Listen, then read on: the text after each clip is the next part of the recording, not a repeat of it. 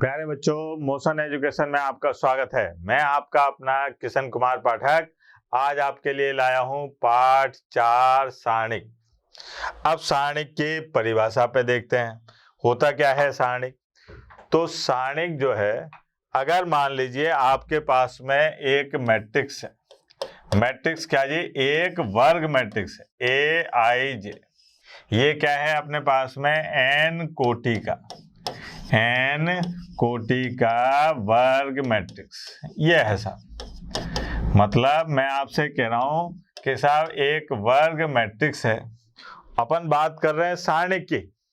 तो सारणिक की परिभाषा समझने के लिए ऐसे समझिए कि अगर एक वर्ग मैट्रिक्स के या एक वर्ग मैट्रिक्स का संख्यात्मक मान, अद्वितीय संख्यात्मक मान जो होता है वो सारणिक कहलाता है। अद्वितीय संख्यात्मक मान क्या कहलाता है? सारणिक कहलाता है। एक वर्ग मैट्रिक्स का अद्वितीय संख्यात्मक मान क्या कहलाता है बेटा? सारणिक कहलाता है। और इसको अपन कैसे लिखते हैं? इसको अपन लिखते हैं साहब सारणिक A। इसके अंदर जो अवयव लिखे जाएंगे वो ऐसे AIJ। बस शर्त यह है कि ये जो मैट्रिक्स है ये क्या होना चाहिए? वर्ग मैट्रिक्स होना चाहिए। ये क्या होना चाहिए बेटा? वर्ग मैट्रिक्स। अब बात आती है कि मैट्रिक्स और सारणिक में अंतर क्या है साहब। पहली चीज कि मैट्रिक्स जो है वो 2/3 क्रम का भी हो सकता है, 3/2 क्रम का भी हो सकता है। ठीक है, 2/2 क्रम का भी हो सकता है, 3/3 क्रम का भी हो सकता है। लेकिन सारणिक हमेशा या तो 2 कोटि का होगा, या 1 कोटि का होगा, या 3 कोटि का होगा। अर्थात 1/1 क्रम का होगा, 2/2 क्रम का होगा, 3/3 क्रम का होगा, 4/4 क्रम का होगा। कोई भी सारणिक 2/3 क्रम का नहीं होता। तो इसलिए क्या है, n कोटि, जब पंक्तियों की संख्या और स्तंभों की संख्या बराबर होती है तो अपन 2/2 या 3/3 लिखने के बजाय क्या लिख देते हैं? 2 कोटि का, 3 कोटि का। तो सारणिक हमेशा कैसे होगा? वर्ग मैट्रिक्स के संगत होगा।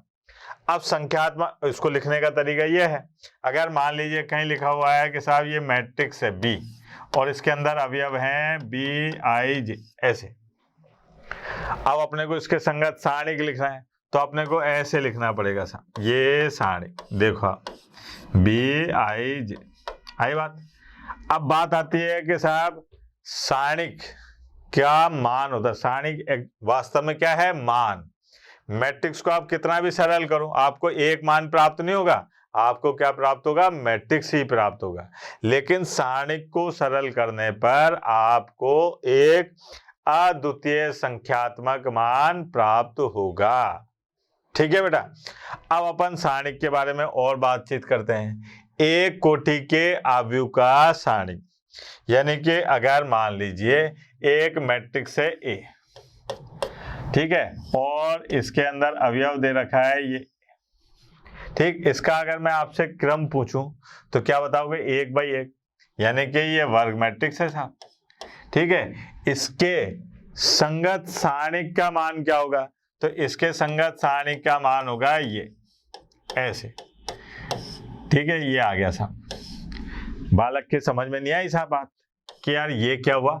अगर मान लीजिए यहाँ पर कोई मैट्रिक्स है जिसके अंदर अवयव लिखा हुआ है 3, इसका क्रम क्या है बेटा? 1/1, यानी कि ये 1/1 क्रम का वर्ग मैट्रिक्स है। अब मैंने इसके संगत सारणिक की बात करी तो संगत सारणिक का मान क्या आ जाएगा अपने पास में? ये देखो आप, और सरल करने पर क्या आ जाएगा? 3। ये हो गया। अब बालक कहे कि अगर मार साहब ये ऐसे लिखा होता तो मान लीजिए ये है, तो ये 1/1 क्रम का वर्ग मैट्रिक्स है, तो इसके जो संगत सारणिक आएगी, ठीक है, ऐसे करके लिखेंगे। तो क्या यहाँ पर मैं -3 लिखूंगा कि +3 लिखूंगा? तो बेटा -3 ही लिखना पड़ेगा आपको। इसकी तुलना आप मापांक से ना करें, ये मापांक नहीं है। अगर ये मापांक होता तो यहाँ -3 की जगह क्या आ जाता? +3। ये केवल सारणिक है। सारणिक को अपन हमेशा दो खड़ी डंडियों के बीच में लिखकर दर्शाते हैं। तो ये भ्रांति बिल्कुल ना रखें कि साहब ये मापांक है। ये क्या है बेटा? सारणिक। अगर यहाँ पर -3 है तो सारणिक का मान माइनस आएगा। ठीक बेटा, ज्यादा कठिन नहीं है। और आते हैं साहब, अब आते हैं द्वितीय कोटि के जो मैट्रिक्स हैं उसके संगत सारणी की बात करते हैं। द्वितीय कोटि के जो मैट्रिक्स हैं उसके संगत सारणी, जैसे मान लीजिए अपने पास में एक मैट्रिक्स है A और यह है A, B, C और D। अगर मैं इसके संगत सारणिक लिखता हूं तो क्या लिखूंगा बेटा? देखना जरा, ये आ गया अपने पास में ये, और साहब यहां पर देखो आप A, B, C और D। अब आप ये देखो कि इसको अपने को सरल करना है, तो कैसे सरल करना है वो देखना बेटा। यहां पर पहले अपन ऊपर से नीचे आएंगे। भैया पहले तो जन्म लेता ना आदमी, तो ऊपर से क्या आता है? नीचे। ठीक है, तो जब A का गुणा करेंगे अपन किससे? D से, और यहाँ पर फिर जाएंगे नीचे से ऊपर। भैया पहले जन्म लेंगे, फिर राम नाम सत्य हो जाएगा तो कहाँ जाएंगे? ऊपर। तो इसको सरल करने का तरीका क्या होता है? A और गुणा D। A का गुणा करा किससे? D से। तो जब ऊपर से नीचे आते हैं तो घर में खूब नगाड़े बजते हैं, मिठाइयाँ बटती हैं, लेकिन जब नीचे से ऊपर जाते हैं तो सब बारे पार पार के रोते हैं। तो जब ऊपर से नीचे आएंगे तो चिन्ह में कोई परिवर्तन नहीं है, लेकिन जब नीचे से ऊपर जाएंगे तो कमी आएगी, परिवार में कोई कम होता है, तो यहाँ पर माइनस का चिन्ह आएगा और ये हो जाएगा C गुणा B, जो सरल करने पर मान प्राप्त होता है। नहीं आई बात समझ में? और देखते हैं, यहाँ पर मैंने लिखा था A। ठीक है, ये है 3, 2, 1, 5। ठीक, ये अपने पास में 2x2 क्रम का एक मैट्रिक्स है। ठीक, अब मुझे इसके संगत सारणिक का मान निकालना है। तो जब मैं इसके संगत सारणिक का मान निकालने गया तो मुझे क्या मिला? देखना जरा, 3, 2, 1, 5। अब मैं ये कह रहा हूं कि साहब पहले मैं ऊपर से नीचे आऊंगा ऐसे, और फिर मैं नीचे से ऊपर जाऊंगा। तो इसका मान कैसे निकालेंगे साहब? ये देखते हैं। यहाँ आया अपने पास में 3 का गुणा करा 5 से, कितना आएगा बेटा? 3 का गुणा 5 से करेंगे तो 15। फिर माइनस का चिन्ह। ये माइनस का चिन्ह क्यों आ रहा है? क्योंकि मैं नीचे से ऊपर जा रहा हूं। जब कभी मैं नीचे से ऊपर जाऊंगा तो यहाँ पर माइनस का चिन्ह आएगा। ध्यान देना, सरल करना। ये छोटी सी बात है, लेकिन अगर समझ में आ गई तो सारणिक अपन उंगलियों पे सरल करेंगे। अब यहाँ पर आ गया -2। 15 में से 2 गए तो कितने बचे बेटा? 13। अगर मान लीजिए यहाँ पर एक मैट्रिक्स है B, ये लिखा अपन ने 4, 3 और 1 -2, ये आ गया साहब। अब अपने को इसके संगत सारणिक का मान निकालना है। तो यहाँ देखिए आप, ये आ गया अपने पास में B, और ये आ गया अपने पास में 4, 3, 1 -2। ठीक है बेटा, अब यहाँ पर सरल करने गए तो देखना जरा कि यहाँ पर आप पहले ऐसे आएंगे ऊपर से नीचे, 4 का गुणा करेंगे -2 से, और साहब 1 का गुणा करेंगे 3 से। जब 4 का गुणा मैंने -2 से करा तो क्या आएगा बेटा? देखना जरा, ये आ गया -8। अब बालक कहे कि सर यहाँ तो प्लस आता है, तो ये प्लस क्रिया का प्लस नहीं है, ये इन दोनों को गुणा करने पर ऋणात्मक मान प्राप्त हो रहा है, इसलिए माइनस आया। जब मैं नीचे से ऊपर जाऊंगा तो यहाँ पर माइनस का चिन्ह आएगा, और गुणा करने पर जो मान प्राप्त हो रहा है वो क्या है? 3। तो ये आ गया 3। अच्छा बेटा, -8 और -3, -8 और -3 कितने हो जाएंगे? -11। ठीक है बेटा, आई बात समझ में? अगर अपन बात करें कि साहब इससे संबंधित प्रश्न कैसे आएंगे, तो देखो आप इससे संबंधित जो प्रश्न आते हैं वो बड़े मजेदार आते हैं। जैसे एक मैट्रिक्स दे रखा है ए, तो अपने को दिखाना है कि 2a सारणिक का मान बराबर होगा 4 इंटू सारणिक a के। मतलब पहले मैंने क्या काम करा कि साहब यहाँ पर आया हल, देखना जरा, बड़ा मजेदार क्वेश्चन है। दिया है, क्या दिया है साहब, दिया है अपने को कि साहब एक मैट्रिक्स है 2x2 क्रम का, 1 2 4 2, ठीक है। अब मैंने क्या काम करा कि इसके संगत सारणिक का मान निकाला, इसके संगत सारणिक का मान निकाला ऐसे करके, तो मुझे क्या प्राप्त हुआ बेटा, देखना जरा, 1 2 4 2। अब इसको सरल करने गया तो पहले ऊपर से नीचे आया, फिर नीचे से ऊपर गया तो ऋणात्मक चिन्ह आ गया, -8, तो बराबर आ गया -6।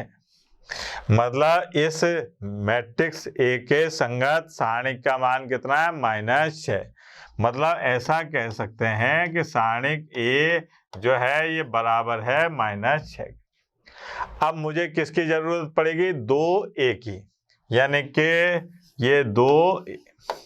अब आप जानते हो कि अपन ने मैट्रिक्स में पढ़ा था कि अगर किसी अदिश राशि का मैट्रिक्स से गुणा किया जाए तो इसका मतलब ये होता है कि उस अदिश का प्रत्येक अवयव से गुणा होगा, यानी कि 2 का इन सब से गुणा होगा। तो यहाँ पर आएगा 2 4 8 और 4, ठीक है ना, ये आ गया साहब। अब अगर मान लीजिए मैं इसमें ये सारणिक निकालूं, इसके संगत सारणिक का मान निकालूं, तो ये क्या आएगा बेटा, जरा देखना। ये आया अपने पास में 2 4 8 4। पहले मैं ऊपर से नीचे आऊंगा, फिर नीचे से ऊपर जाऊंगा, तो ये आ गया 8 और -32। अब -32, 8 में से 32 को माइनस करेंगे तो क्या आएगा बेटा, -24। अब प्रश्न में ये कह रहा है कि साहब 2a का मान और 4 गुणा सारणिक a का मान। अब 4 गुणा सारणिक a का मान कितना है बेटा, तो सारणिक a का मान है -6, तो ये आ गया अपने पास में -24। अब आप इन दोनों को देख के बता सकते हैं कि साहब सारणिक 2a बराबर है 4 गुणा सारणिक a के, इति सिद्धम। प्रश्नावली का ही सवाल है ये, इस प्रकार के सवाल आपको प्रश्नावली में दिखेंगे। द्वितीय कोटि का सारणिक का मान इस तरीके से निकाला जाता है, ज्यादा कठिन नहीं है। ठीक, आगे चलते हैं। आगे आए अपन 3x3 कोटि के आव्यूह का सारणिक निकालना। 3x3 कोटि के आव्यूह का सारणिक का मान निकालना, ठीक है। सारणिक अपने आप में मान है तो सारणिक निकालना। अब यहां पर देखिए आप, मैंने एक मैट्रिक्स लिया, ये है साहब 3x3 क्रम का, ऐसे लिख दूं, A11 A12 A13 और साहब A21 और A22 और A23 A31 A32 और A33, ये आ गया साहब। अब अगर मान लीजिए इसके संगत सारणिक की बात करता हूं, तो इसके संगत जो सारणिक आएगा वो ऐसे लिखाई में आएगा, देखना जरा, ये ऐसे A11 A12 और A13 A21 और A22 A23 और A31 A32 और A33, ये है सब। अगर अपन बात करें इस सारणिक की तो ये आ गया सब सारणिक ए। अब इसको हल कैसे करेंगे, तो हल करने से पहले अपने को कई सारी बातों का ज्ञान होना चाहिए। पहली चीज कि सारणिक में हर अवयव अपना एक स्थान लिए होता है और उस स्थान का एक चिन्ह होता है। यहाँ पर ये पहला जो अवयव A11 जो लिखा हुआ है, ये 11 में ये पहला वाला 1 पंक्ति को बताता है कौन सी पंक्ति में है, दूसरा वाला 1 बताता है कि ये कौन से स्तंभ में है। अगर अपन इसको AIJ बताएं कि साहब ये अवयव जो है ये AIJ के रूप में है, तो यहाँ पर जो I है वो पंक्तियों की संख्या यानी कि पंक्ति का नंबर बताएगा और J जो है वो स्तंभ का नंबर बताएगा। ठीक है बेटा। अब यहाँ पर हर अवयव अपना एक स्थान फिक्स रखता है, तो अब उस स्थान का एक चिन्ह भी होता है, उस स्थान का एक चिन्ह भी होता है। जैसे अगर मैं यहाँ पर बात करूं कि साहब इस सारणिक में जो ये अवयव लिखे हुए हैं इनका चिन्ह क्या होगा, तो वो चिन्ह होगा बेटा, देखना जरा ऐसे, ये होगा प्लस माइनस प्लस, फिर माइनस प्लस माइनस, फिर प्लस माइनस प्लस। ये साहब इन अवयवों के चिन्ह हैं। जब इसका अपन प्रसार करेंगे, इस सारणिक का मान निकालेंगे, तो इनका अपने को ज्ञान होना जरूरी है। जब अपन इन सारणिकों का मान निकालेंगे तो इनकी अपने को बहुत जरूरत पड़ेगी। अब बालक ने कहा साहब ये रटना पड़ेगा क्या, ये अपने को कैसे पता कि इस अवयव का चिन्ह ये होगा, इस अवयव का चिन्ह ये होगा। तो इसके लिए अपन क्या काम करते हैं, वही तरकीब नंबर 13 आइटम नंबर 14 लगाते हैं। क्या लगाते हैं साहब कि अगर मान लीजिए I और प्लस I प्लस J, इसको जोड़ने पर अपने को 2 मान प्राप्त होंगे। अगर I और J का मान सम संख्या है, I प्लस J का मान सम संख्या है या फिर विषम संख्या है, दो ही स्थितियां आएंगी, या तो क्या होगा सम संख्या या होगा विषम संख्या। अगर सम संख्या होता है तो यहाँ पर -1 और साहब इसका मान है सम संख्या, ठीक है, और क्या आ जाएगा बेटा AIJ, ये ठीक। यहाँ पर विषम संख्या आता है तो -1 और विषम संख्या, ठीक है, और क्या आ जाएगा अपने पास में AIJ। मतलब आप इसको ऐसे समझिए कि अगर I प्लस J का सम यानी कि योग अगर सम संख्या है तो चिन्ह कैसा आएगा, प्लस का, और I और J का योग अगर विषम संख्या है तो चिन्ह कैसा आएगा, ऋणात्मक। ठीक है, ये किसके चिन्ह है बेटा, अवयवों के। अब अपन इसको सारणिक को सरल करना सीखते हैं, इसका प्रसार कैसे करते हैं उसके बारे में जानकारी लेते हैं। ठीक है बेटा, देखो आप कैसे आएगी साहब इसकी जानकारी। सबसे पहले मान लीजिए अपने पास में एक सारणिक है A और ये है अपने पास में क्या है 2 4 5 1 3 2 2 1 3, ये सारणिक है। अब मैं इसको सरल करना चाहता हूं तो मैंने क्या काम करा कि यहाँ पर हर अवयव का एक चिन्ह है, मतलब इसका चिन्ह है साहब प्लस, ठीक है, माइनस प्लस, फिर minus minus minus plus minus और प्लस माइनस प्लस, ये है सब। अब मुझे इसका प्रसार करना है, तो प्रसार करने का जो तरीका रहेगा, मैं इनमें से किसी एक पंक्ति के सहारे इसका प्रसार करूंगा या फिर एक स्तंभ के सहारे इसका प्रसार करूंगा। तो पहले मैं इस पंक्ति के सहारे करता हूं। इस पंक्ति को मैं कहूंगा R1, इस पंक्ति को कहूंगा R2, इसको कहूंगा R3, ये कहूंगा C1, C2 और C3, जैसा अपन ने मैट्रिक्स में करा था। ठीक है, अब बात करते हैं अपन कि इस पंक्ति के सहारे में सरल करने गया तो सबसे पहले मैंने अवयव लिया कौन सा, ये है प्लस का 2, ये प्लस के 2 ले लिया। फिर एक मैंने यहाँ पर छोटा सारणिक बनाया। अब इस सारणिक के अंदर जो अवयव लिखूंगा वो कैसे लिखूंगा देखना जरा, मैं क्या काम करूंगा, जो मैंने अवयव लिया है 2, इस स्तंभ को छुपा लूंगा और इस पंक्ति को छुपा लूंगा। क्या करूंगा, इस स्तंभ को छुपा लिया, इस पंक्ति को छुपा लिया, तो जो अवयव बचे कौन कौन से, ये 3 2 1 3, तो वो यहां लिख दूंगा 3 2 1 3। क्या आ गया। फिर मैं दूसरा अवयव लूंगा 4, लेकिन 4 का जो चिन्ह है वो कैसा है, ऋणात्मक, तो यहां पर आएगा -4। 4 तो कौन, अवयव, और ये चिन्ह कहां से आया, जो अपन ने अवयव का चिन्ह लिया -4। फिर मैं क्या काम करूंगा, जिस पंक्ति में ये 4 है उस पंक्ति को छुपा लूंगा, और जिस स्तंभ में ये 4 है उसको छुपा लूंगा।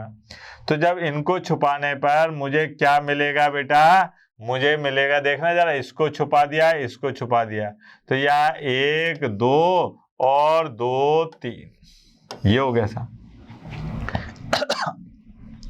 1 2 2 3। अब आता हूं मैं इस पर, ये आया अपने पास में +5। ठीक है, जब मैंने 5 को लिया तो अब मैं इस पंक्ति को छुपा दूंगा जिसमें ये 5 है, और उस स्तंभ को छुपा दूंगा जिसमें ये 5 है। तो मैंने इन दोनों को छुपाने पर जो मुझे मिला वो क्या मिला बेटा, 1 3 और 2, ये आ गया। अब ये द्वितीय क्रम का सारणिक बन गया। द्वितीय क्रम के सारणिक को सरल करना तो अपने को आता है, कैसे करेंगे देखो आप, ये आ गया 2।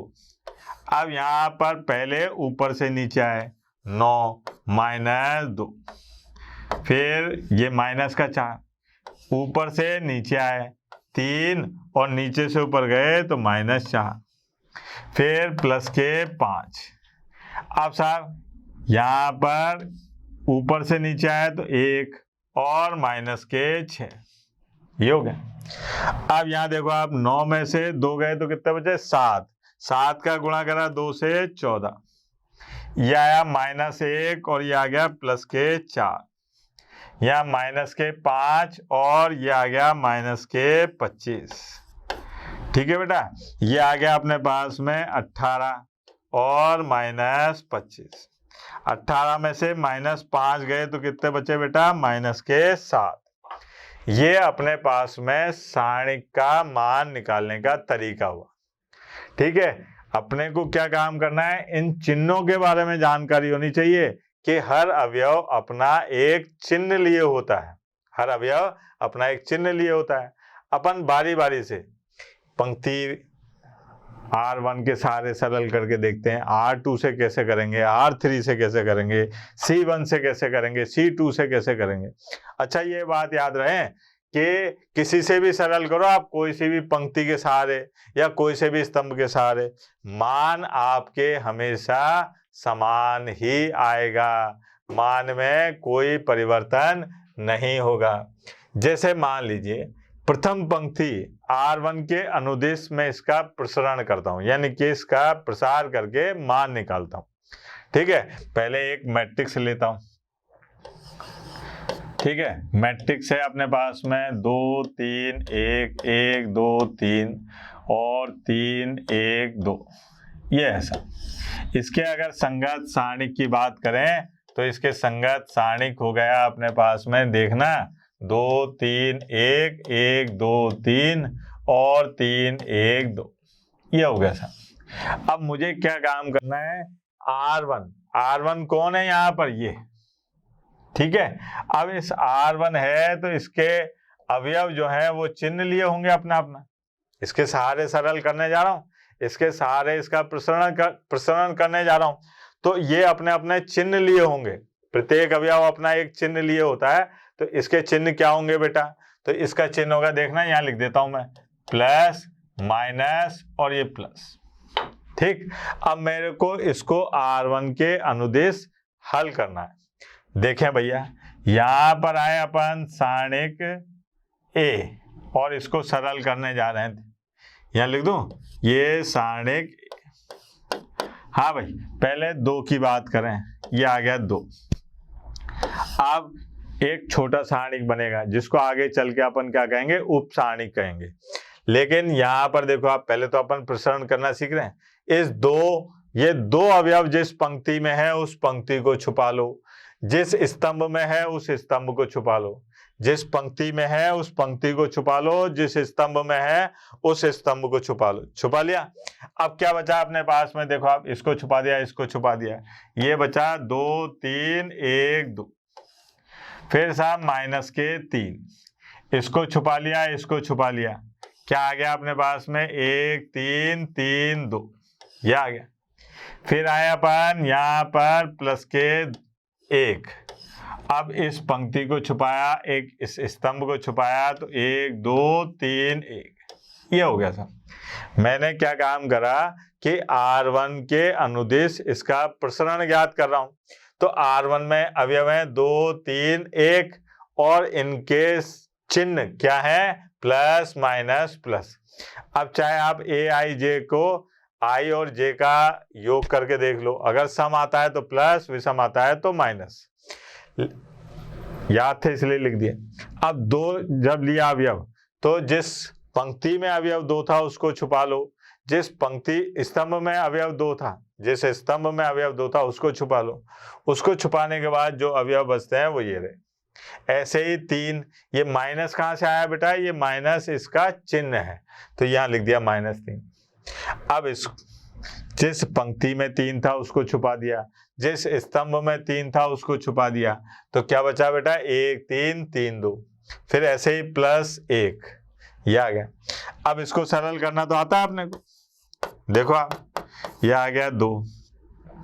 हाँ बेटा 4 -3, फिर -3, 2 माइनस के 9 और साहब +1, 1 -6, ये आ गया अपने पास में 2।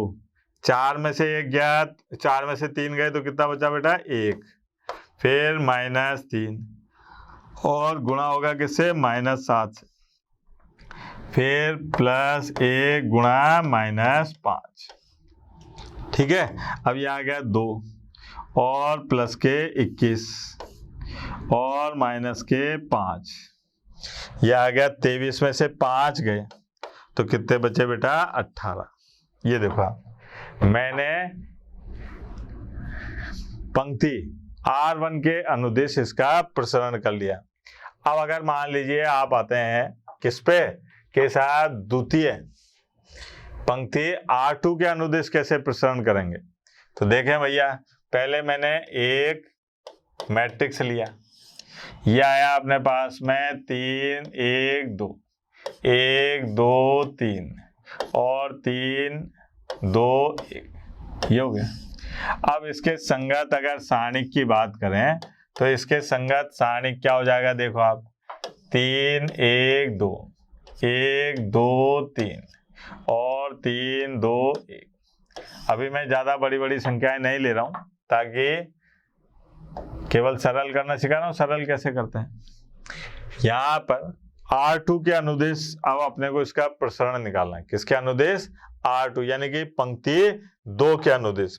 अच्छा, पंक्ति 2 के अवयवों के जो चिन्ह थे वो क्या थे कि अगर यहाँ पर ये क्या है, A2 1, 2 + 1 करेंगे तो 3, यानी कि विषम संख्या।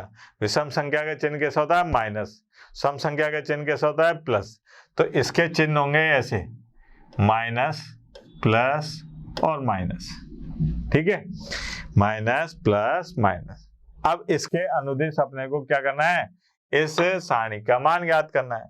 तो यहाँ पर देखो आप, सारणिक, हाँ भैया, सबसे पहले आया माइनस का 1, तो ये अवयव है और चिन्ह इसका माइनस का है, तो ये -1। अब बात करते हैं अपन, देखो आप, इसको छुपा दिया और इसको छुपा लिया, तो क्या बचा अपने पास में, 1 2 2 1। फिर आए साहब प्लस के 2 पर, यहाँ पर देखो आप, इसको छुपा दिया और इसको छुपा दिया, तो क्या बचा बेटा, 3 2 और 3 1, ये आ गया। फिर आए माइनस, तो इस 3 का चिन्ह है और ये अवयव 3। अब यहाँ पर इस पंक्ति को छुपा दिया और इस स्तंभ को छुपा दिया, तो 3 1 3 2, ये हो गया सर, ठीक है बेटा। क्या काम करा मैंने कि यहाँ पर जब इसको लिया, ठीक है, +1 को, तो मैंने इस पंक्ति को छुपा दिया, स्तंभ को छुपा दिया। जब मैंने इस 2 को लिया, तो मैंने जब 2 लिया तो 2 में क्या काम करा मैंने कि साहब इस पंक्ति को छुपा दिया और इस स्तंभ को छुपा दिया 2 के लिए, ये वाले को। जब इसकी -3 की बात करी तो मैंने क्या काम करा कि साहब -3 के लिए इस पंक्ति को छुपा दिया और एक स्तंभ को छुपा दिया। तो यहाँ पर जो भी अपने को प्राप्त हुआ वो ये प्राप्त हो गया। अब इसका हल ज्ञात करते हैं। तो यहाँ पर सारणिक -1, ये आ गया 1 - 4 प्लस के 2, ये आ गया 3 और -6 -3, 6 - 3, ये हो गया। अब यहाँ पर सारणिक बराबर, ये हो गया -3 और -1 कितना हो गया प्लस के 3। फिर ये आ गया अपने पास में -3 और 2 कितने हो गए बेटा -6। फिर यहाँ पर देखो आप 6 में से 3 गए 3 और ये -9, ठीक है। तो यहाँ पर -3 और 9 कितने हो गए बेटा -12। तो ये अपने पास में एक सारणिक जिसका अपन ने R2 के अनुदिश यानी कि पंक्ति 2 के अनुदिश उसको हल किया था, ठीक है।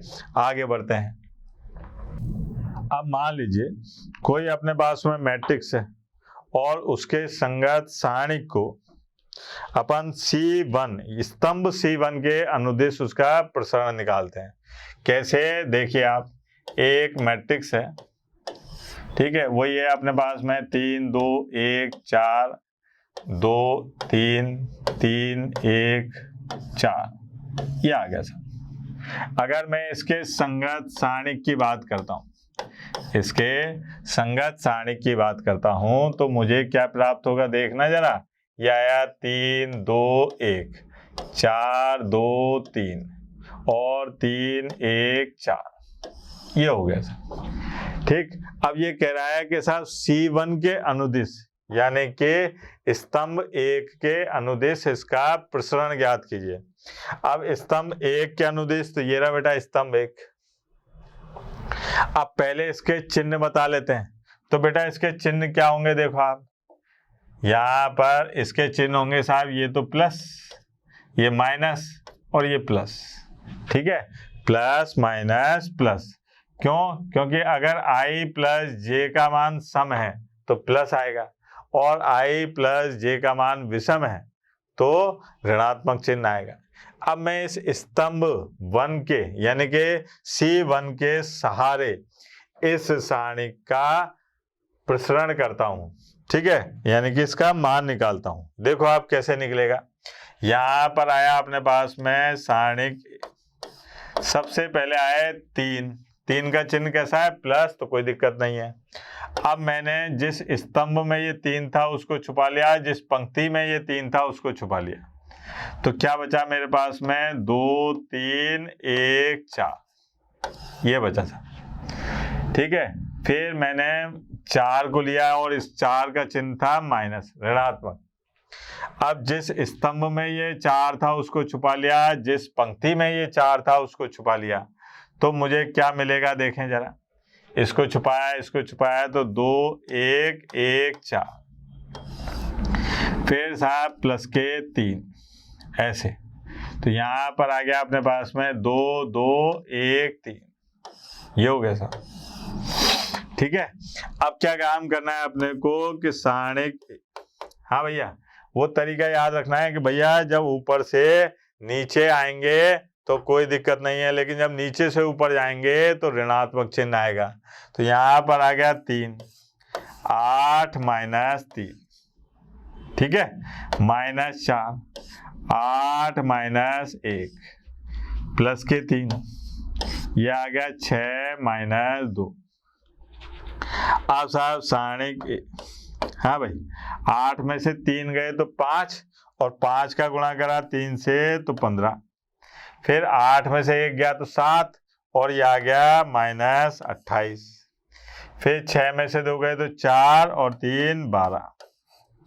अच्छा 15 और 12 हो गए 27 में से 28 गए तो ये आ गया -1। ये मैंने स्तंभ 1 के सहारे इस सारणी का प्रसरण ज्ञात करा था। ठीक है, अब आगे बढ़ते हैं और देखें और क्या है। द्वितीय स्तंभ C2 के अनुदिश प्रसरण ज्ञात करना। यहां पर अगर अपन देखें कि साहब एक मैट्रिक्स है A, ये है अपने पास में 3 1 2 2 1 3 और 3 2 1, ये है सब। अब इसमें C2 के अनुदिश सारणी का प्रसरण ज्ञात करना। C2 यानी कि स्तंभ 2। तो इसके संगत जो सारणिक होगा, इसके संगत जो सारणिक होगा उसकी बात करें तो इसके संगत सारणिक होगा सारणिक, और साहब अवयव ऐसे लिख दूं 3 1 और 2 2 1 3 3 2 1, यह आ गया। अब पहले मैं इनके चिन्हों को बताऊं कि साहब इस अवयव का चिन्ह क्या होगा। बात कर रहे हैं अपन स्तंभ 2 की, ठीक है, ये वाला। तो इसके चिन्ह कैसे होंगे, ये होगा ऋणात्मक, ये होगा धनात्मक और ये होगा ऋणात्मक। अब इसके अनुदिश मुझे इसको हल करना है, सब प्रसरण ज्ञात करना है इसका। तो देखें आप यहाँ पर सारणिक सबसे पहले लिया अवयव 1 जिसका चिन्ह क्या दिखाई दे रहा है, -1, माइनस चिन्ह है तो ये आ गया -1। अब जिस पंक्ति में ये 1 है उस पंक्ति को छुपा लो और उस स्तंभ को छुपा लो, तो क्या मिला मेरे को 2 3 3 1। फिर आया प्लस का 1, मैंने इस पंक्ति को छुपा लिया और एक स्तंभ को छुपा लिया, तो यहाँ आया 3 2 3 1, ये हो गया। फिर -2, इसको छुपा दिया इसको छुपा दिया तो 3 2 2 3, ये हो गया साहब। ठीक है, अब क्या देखते हैं साहब कि ऊपर से नीचे आते हैं और नीचे से ऊपर जाते हैं। तो जब ऊपर से नीचे आएंगे तो कोई परिवर्तन नहीं होगा, लेकिन जब नीचे से ऊपर जाएंगे तो क्या होगा, माइनस का चिन्ह आएगा। देखो आप, ये आया साहब 2 -9, फिर +1, ये आया 3 -6, फिर -2, ये आया 9 -4, ठीक है। फिर यहाँ पर -7 और ये -1, कितना हो गया बेटा, प्लस के साथ, ये आ गया अपने पास में -3। 9 में से 4 गए 5 और 5 -2 10, ठीक है। ये आ गया अपने पास में -13 और 7, कितने बचे बेटा, सरल करके देखें तो ये आया अपने पास में -13 में से 7 जाएंगे तो कितने बचेंगे, -6। ठीक भाई, ये अपने पास में स्तंभ 3 के सहारे, स्तंभ 2 के सहारे या 2 के अनुदिश अपन ने इस सारणी का प्रसरण ज्ञात कर लिया था। ठीक है, आगे बढ़ते हैं साहब। अब बालक कहे कि साहब ये ऐसे कैसे याद रखेंगे कि इसके सहारे, किसी के भी सहारे ज्ञात करो। अगर अपने से स्पेशली यानी कि प्रश्न में कहा जाता है कि इस पंक्ति के सहारे सरल करो, इस स्तंभ के सहारे सरल करो, तब अपने को ये तरकीब लगानी पड़ेगी। अन्यथा आप क्या काम करो, एक तरकीब होती है तरकीब नंबर 13 आइटम नंबर 14। इसमें क्या है कि साहब तरकीब नंबर 13 आइटम नंबर 14 क्या है, सारूस विधि का इस्तेमाल करते हैं। ठीक है, इसका इस्तेमाल कैसे किया जाता है वो एक शॉर्टकट बता देता हूं कि मान लीजिए अपने पास में एक सारणिक है A और इसके अंदर अवयव हैं जैसे A1 और साहब A2 और A3, फिर है B1 B2 और B3, फिर है C1 C2 और C3, ये है साहब। अब सारूस विधि ये कहती है कि साहब कोई से भी क्या प्रारंभिक 2 स्तंभों को आप दोबारा से लिख दो। यहाँ पर ऐसे लिख दो A1 B1 और C1, A2 B2 और C2। अब क्या काम करो कि तीर मारो साहब एक साथ, देखना कैसे तीर मारो। यहां से आओ आप ऐसे, डैन टन टन डैन टन टन डैन टन टन, फिर यहां से जाओ आप डैन टन टन डैन टन टन और डैन टन। इसको सरल करो आप। इसको सरल करने पर आपका मान आसानी से निकलेगा। मतलब कैसे? इस सारणिक को हल करने का तरीका हो गया है ये। इसको सारूस विधि कहते हैं। वैसे क्या है साहब इसमें कि इन तीनों का गुणा करो, तो ये आया अपने पास में A1 B2 और C3, फिर प्लस, फिर आया A2 B3 और C1, फिर प्लस A3 B1 और C2, ये हो गया। फिर माइनस, हाँ भैया, अब माइनस क्या है? अब नीचे से ऊपर जाएंगे तो ये आया C1 B2 और A3, फिर माइनस प्लस C2 B3 और A1, फिर प्लस ये आया C3 B1 और A2। बस ये आपको तीर मारना आना चाहिए साहब। अगर आप तीर सही से मार देंगे तो कार्यक्रम समाप्त जल्दी हो जाएगा, और अगर तीर सही से नहीं मार पाओगे तो दिक्कत आएगी। एक एग्जांपल लेके देखते हैं साहब कि ये है अपने पास में, देखना जरा। ए एक सारणिक है, इसके अंदर अवयव हैं 2 3 1 1 2 3 और साहब 3 2 1। ये है साहब इस सारणिक का अपने को मान निकालना। तो पहले दो स्तंभों को यहाँ लिख लिया मैंने, 2 1 3 और साहब 3 2 2, ये लिख लिया। अब मुझे इसके लिए क्या काम करना पड़ेगा भैया? सबसे पहले तीर चलाओ। तीर चलाते हैं, देखो आप, डैन टन टन डैन टन टन और डैन टन टन। ठीक है, यहाँ लिख देता हूँ आगे। अब साहब तीर चलाया तो देखना अब ये कितना है, इनको गुणा करूंगा तो 2 × 2 और × 1, ये आया अपने पास में 4। ठीक है, ये 3 3 9 9 3 27 प्लस के 27। ठीक है, फिर साहब यहाँ पर प्लस के 2, ये हो गया। फिर ऋणात्मक चिन्ह।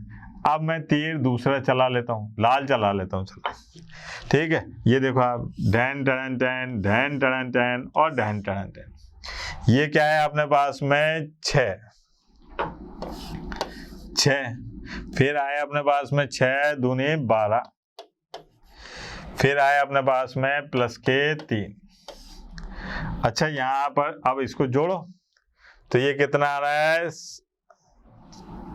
33 यानी कि 33। ये कितना आ रहा है साहब? माइनस के 21।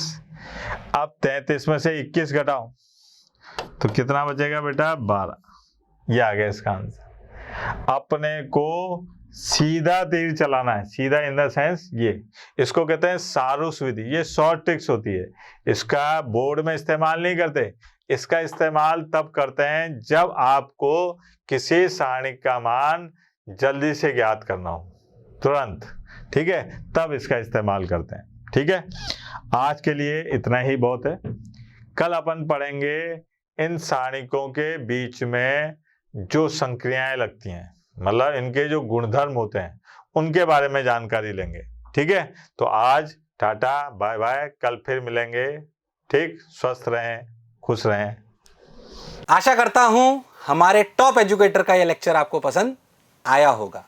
अगर पसंद आया है तो वीडियो को लाइक करिए, चैनल को सब्सक्राइब करिए और शेयर भी करिए, क्योंकि ज्ञान बांटने से बढ़ता है और सही बताऊं तो पुण्य भी मिलता है। मुझे सुनने के लिए बहुत बहुत धन्यवाद। Thank you.